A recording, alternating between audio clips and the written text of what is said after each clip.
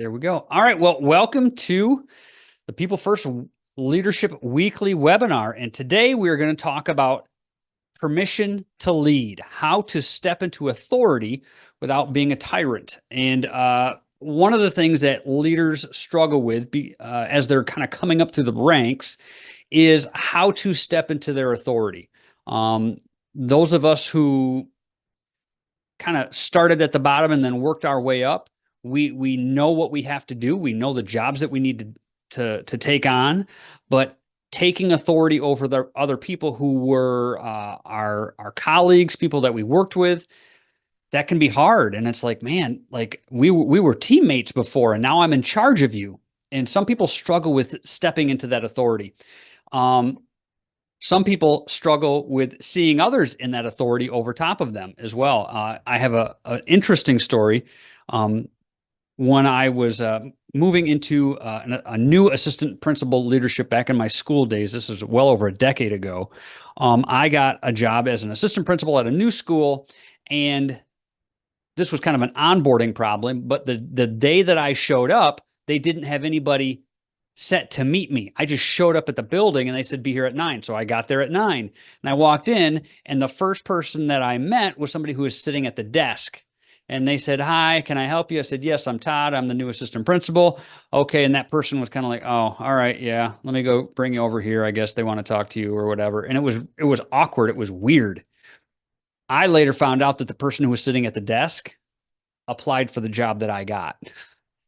And they were like, and so it was kind of this weird relationship. Not that I had ever worked with this person. I never knew this person, but being in authority over other people can be difficult if you don't know how to handle it. I'm going to put the cookies on the bottom shelf for you right now. Own it.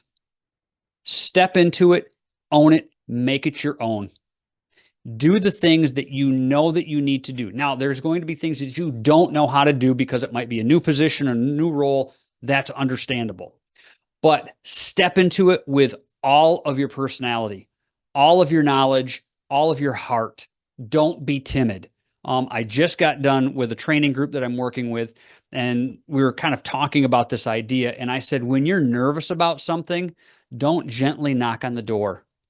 Kick the door in, smile, and introduce yourself. And it's kind of, that's a totally different word picture for your mind, right? Instead of knocking on the door, hi, I'm the new so-and-so, nice to meet you. No, kick that sucker in, smile, and introduce yourself. Hi, I'm Todd, nice to meet you. How can I be of assistance? And own it, live into it. So we're going to talk about 3 principles today. The balance between confidence and humility in leadership. Being confident is important. You must be confident in your leadership. You don't need to be an extrovert or overly gregarious.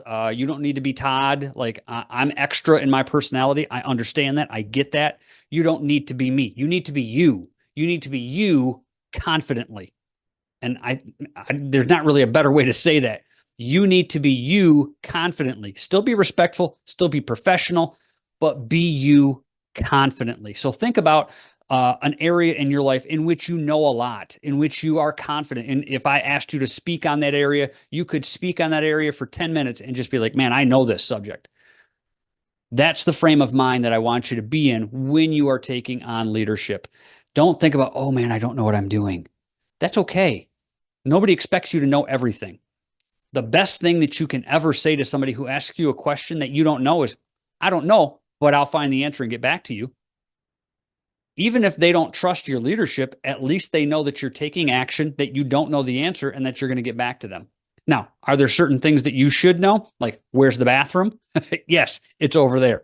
Or if it's your first day in the building, maybe you don't know. But step into that leadership with authority. I don't know where the bathrooms are, but it's my first day. I'm going to find the answer, and I'm going to get back to you on that. And then walk away. And don't feel bad about yourself. When you're not feeling good about yourself, that comes across. And people can see that and sense that. If you are confident in your leadership, people are going to see that and sense that as well. Man, he doesn't know where the bathrooms are, but he said he'd get back to me. So, all right, I guess he'll get back to me. Silly example, but it really holds true. Confidence builds trust, and humility builds approachability. One of the things that I was talking to the training group about earlier today is when you're trying to build trust with people, confidence is really, really important. I'm going to say the same sentence two different ways, and you tell me which one makes you feel more confident. Here, let me open the chat here just in case. If you want to participate, I'm going to open the chat. That way you can put something in and not have your voice or face seen on YouTube when it goes posted there. But if I were to say, hey, I need you to work on this report. Can you have that done by 3 p.m.? Or if I say, hey, I need you to work on this report. I need it done by 3 p.m. Which sounds more confident? The second one does, of course. The simple difference is the way that your voice trails up or trails down. When your voice trails up, you are perceived as not confident. You don't know the answer. I don't know that I should trust you. Why should I trust somebody who's not confident? Or when your voice trails down, oh, wow, they sound very resolute. They sound very confident. Oh, okay, yeah, I guess I can trust what they're saying. Think about getting on an airplane. Okay, we're going to fly from New York to Dallas. Are you sure you want to be on that plane? Or when the pilot comes on, hi, this is your flight from New York to Dallas. Voice trails down. So the way that you speak can affect how other people perceive you. And you want to be somebody who builds confidence with other people. Humility also builds approachability. You want to be approachable. You want people to approach you with problems, questions, comments, concerns, great ideas. You want to be approachable. And if you think about how you can be humble and be perceived as humble, is give other people the credit for the work that sometimes even you do. Be humble, spread the praise around, give that credit to somebody else. If everybody sees that you never never take credit for what you're doing, they're going to be like, wow, we all know that Todd did that, but Todd never took credit for it. That's going to build approachability. Hey, Todd, I got this idea, and maybe they're going to try to steal the credit from you. Who cares? You're still in the position that you're in, and everybody knows who's really doing the work. But spread that around. You want to be approachable because that is another thing that builds trust with people. You don't need to know everything to lead effectively. And I kind of touched on this just a minute ago. If you say, I don't know, but I'll get the answer. I have said that more times than I can count. Hey, Todd, what about such and such? I don't know. And I like the canned phrase, I don't know. I'll get back to you. The reason that I like that is it gives me a pause. Sometimes I have been challenged in my authority or my ideas. And if I say, I don't know, let me think about it, that gives me a time to do a couple things. Boom, it puts a block, it puts a stop in whatever's happening. It gives me time to sit back, gather my thoughts. Maybe if I'm getting mad or riled up, that gives me a chance to calm down. Maybe I really do need to research something because I don't know the answer. But whatever it is, it gives me the space to do that. If I don't know the answer, then I can go find out what the answer is and then come back to you with a confident, correct answer. So don't be afraid to say, I don't know, I'll get back to you. Okay, because I'd rather get back to you later with the right answer than shoot from the hip and be wrong and then have to fix that and then still go get the right answer. And then what does it look like? It looks like I don't know what I'm doing at all. So I'd rather be slow and correct than fast and wrong, if that makes sense. So the second thing, earning trust while commanding respect, because you do need to earn and command the respect of the people that work for you and around you. So consistency and fairness build leadership credibility.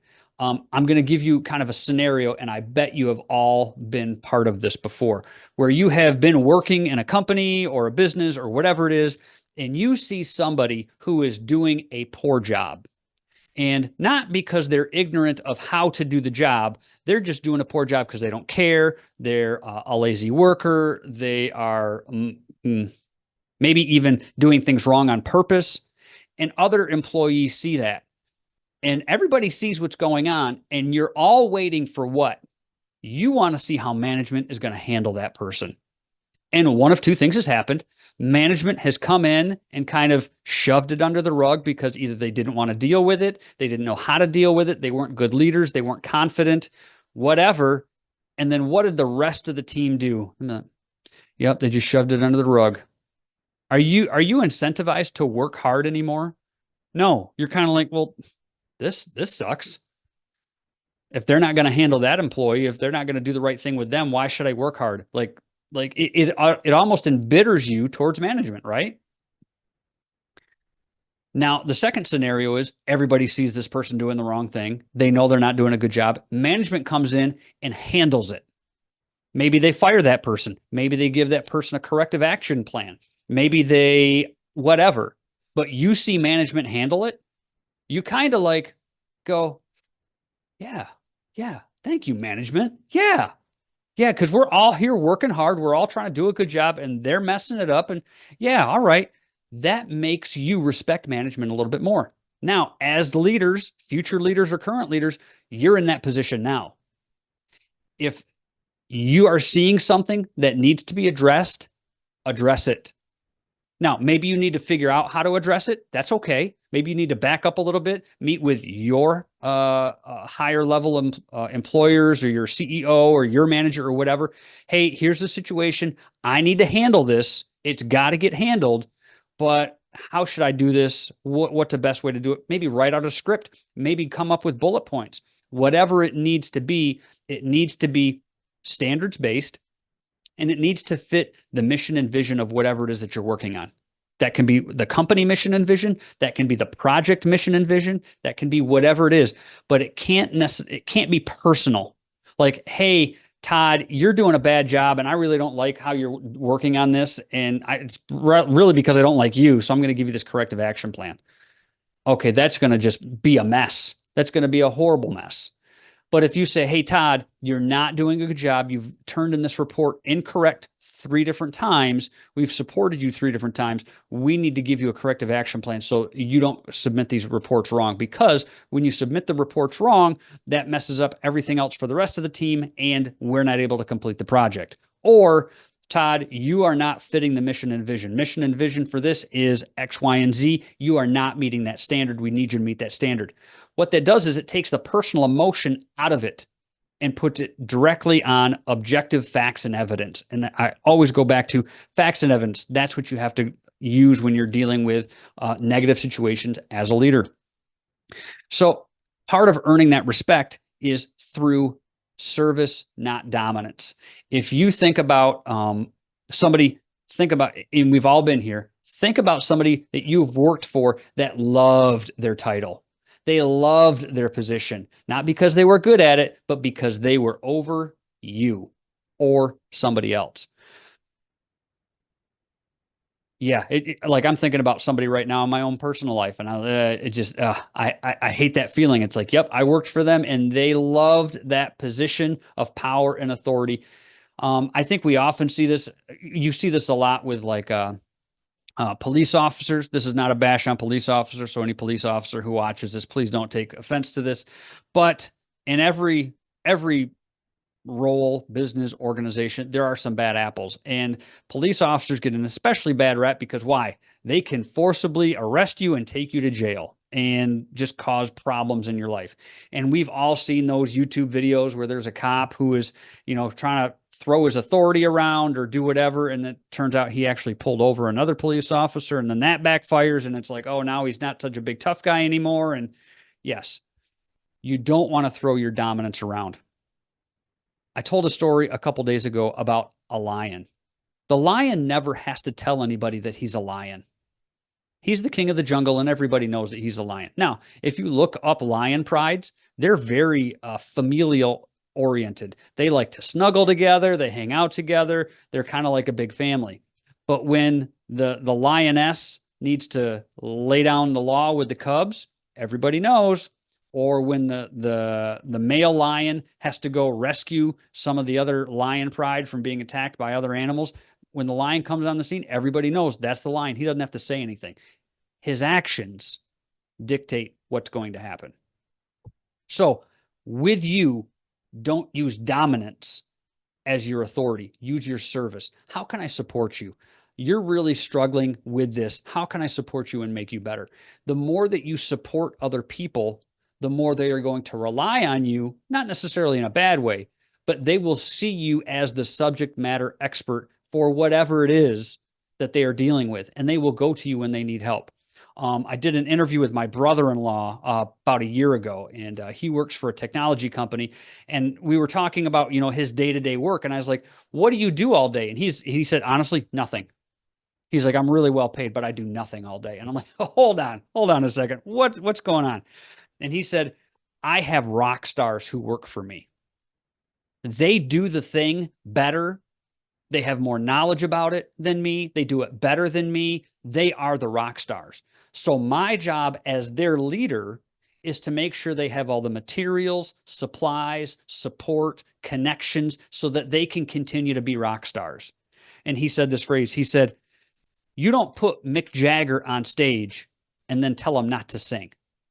So think about your favorite band, the Rolling Stones. This was what his example was. He's like, you don't invite the Rolling Stones to do a concert and then not have Mick Jagger sing. He's the rock star. Like, let him do the singing. And he's like, that's how I approach my job. I have rock stars who work for me. I support them. I get them what they need. I make the connections that they need so that they can continue to be rock stars. And that's how I lead.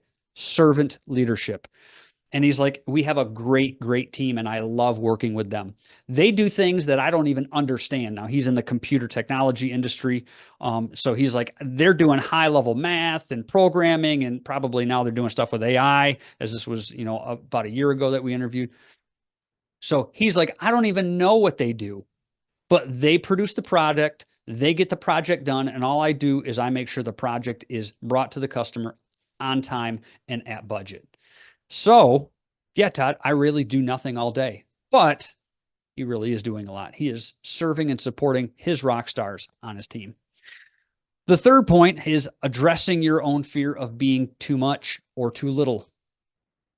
When you are put into a position of leadership, that is yours. And I told this another story from my teaching days is at one point I was the dean of academic affairs at a school, and one of the teachers that was on my team that I oversaw was twice my age and had been in education as long as I was alive. But yet I was in a position of authority over him.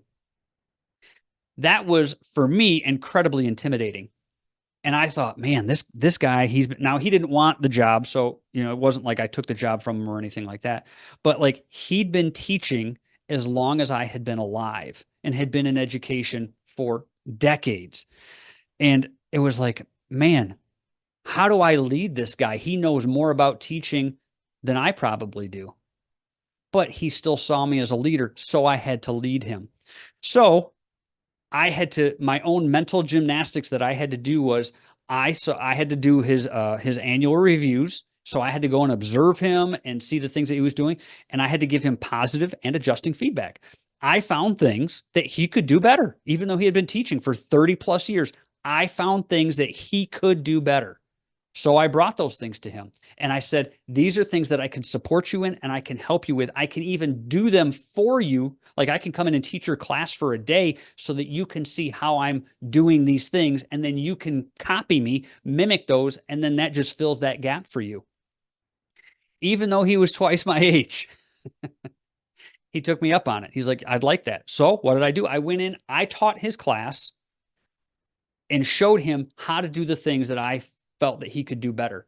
Then he came in, started teaching and doing those same things. An old dog is never too old to learn new tricks. Sometimes they don't want to. Yes, but they're never too old to learn new tricks. So I say all that to say, be supportive in your leadership. Don't be dominant, but also step into that authority. Be confidently you. Now, I know that we have different personality types. I am an extrovert, so it is easy for me to be confident in front of other people. And then we have other people who are introverts and they don't want to be in front of other people. If you are in a position of leadership, forgive me, get over it. You're going to have to get over it. Now, you don't have to lead in an extroverted way like myself. You can lead in an introverted way, and that's okay.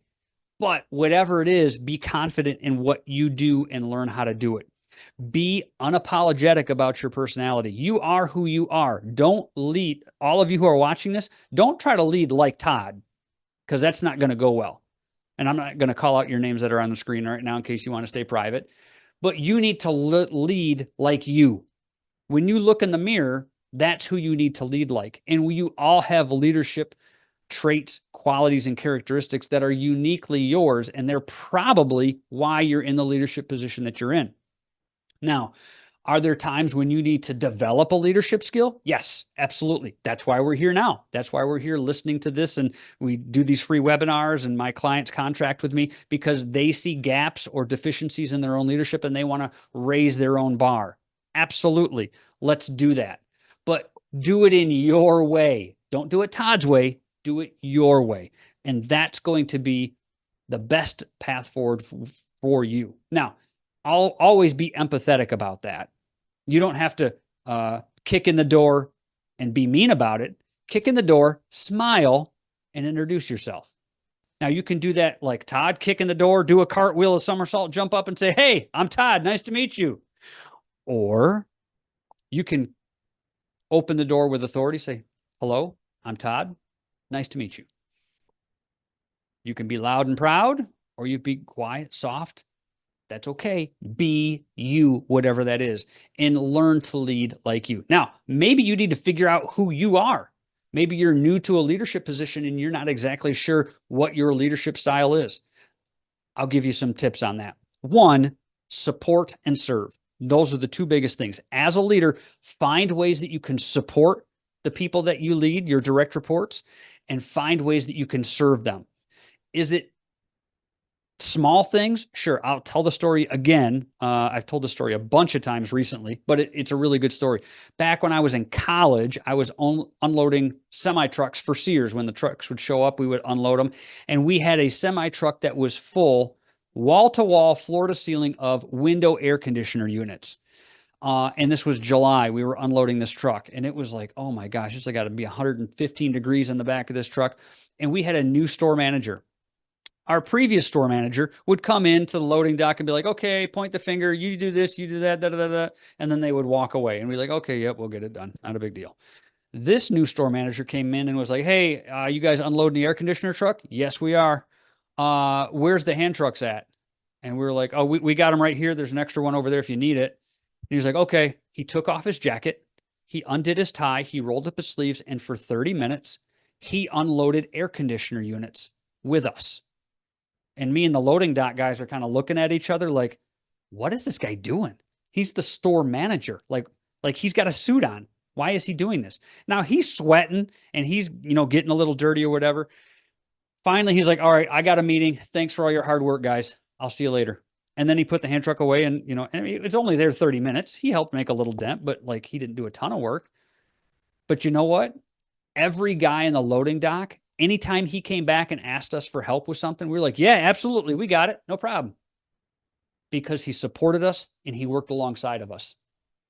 He was there serving us while he was doing his work, and he earned our respect. So in what ways can you do that for your direct reports? Maybe that's a check-in. Maybe that's like, hey, this was something that came up with somebody on this call. One of their family members was sick. So check in. Hey, how's your family member doing? Let them talk about it. That takes 60 seconds, maybe 2 minutes. Now they feel supported and that you care about them. Great. Now when you come back and ask them to have that report done by 3 o'clock, they're not embittered towards you. They're endeared towards you.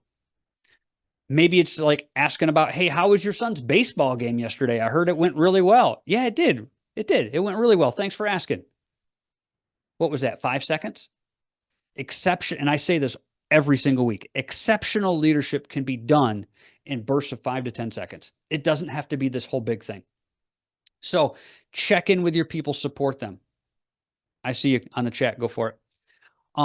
Also, just make sure that you're present. You're there. Maybe it's not something personal. Maybe it's something work related. Hey, I see that this report is due at 3. You seem really stressed out about this report or this project that's due. What can I help you with today? because I've got 30 extra minutes. If you can give me something that I can help you with for 30 minutes, I'd be happy to help you with that. Give me something. Actually, yeah, if you could go, do this thing for me, that would be a ton helpful. And then I'll make sure to get the report done. Okay, fantastic. Now, maybe you don't have the time to do that, but maybe you can delegate that to somebody.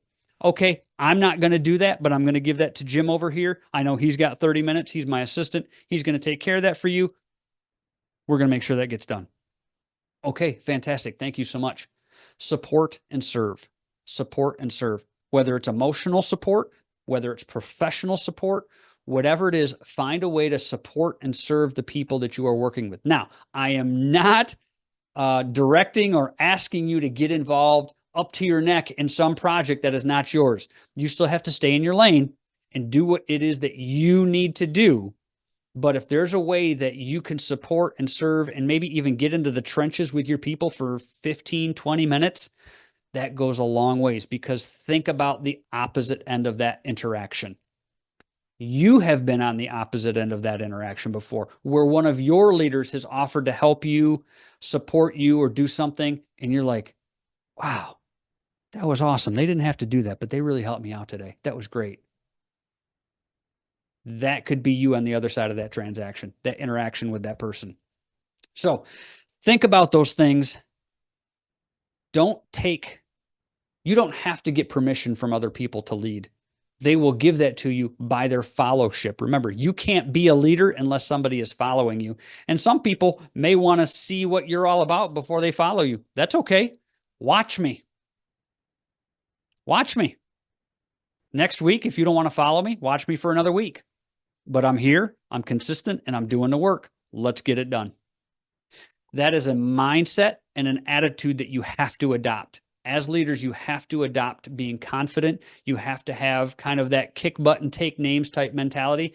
And some people, I did some contract work with, I don't even know what it is. It's kind of like a daycare, but kind of like a Head Start program, where the head director was fantastic at her job, but was really meek in her personality. And so I was trying to figure out ways. I said, hey, do you have children? And she was like, yeah, actually, I do. I have children. I said, do you ever let your children play out in the yard? Yeah, all the time. Of course I do. Sure. And I said, what if I was a stranger and I walked up to your fence and I was like, hey, little kid, you want some candy? Would you be meek then?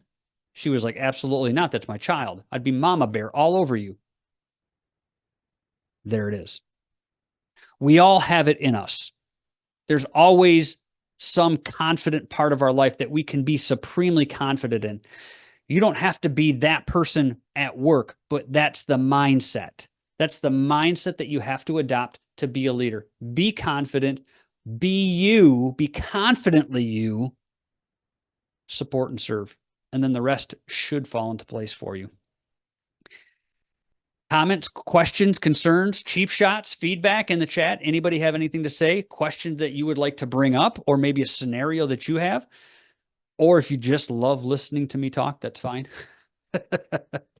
I've often said, if you give me a room full of people who can't leave till I'm done talking in a microphone, I can talk all day. Well, thank you for that in the chat. I appreciate that very much. They said they love me. Thank you. Appreciate it. All right. Well, if nobody has anything else, thank you for joining me today. This will be up on YouTube probably in the next couple hours, and then I will send out the link. Contact me if you have questions, if you would like to work with me personally. This is what I do for a living. So I actually contract with people. I am their leadership coaches, help them with business, organizations, churches, that sort of thing. So if you find value in the things that I talk about and you have gotten something out of it, hit me up. Let's have a conversation. Let's see if I can be of help to you. Until next week, Thursday, have a fantastic week. New topic comes out on Monday, and it's probably going to do something with toxic high performers. So if that's something that's of interest to you, look for the email by Monday afternoon. Thank you, everybody, for joining me. I hope you have a fantastic day. Right back at you, Pepper. Thank you. Bye-bye.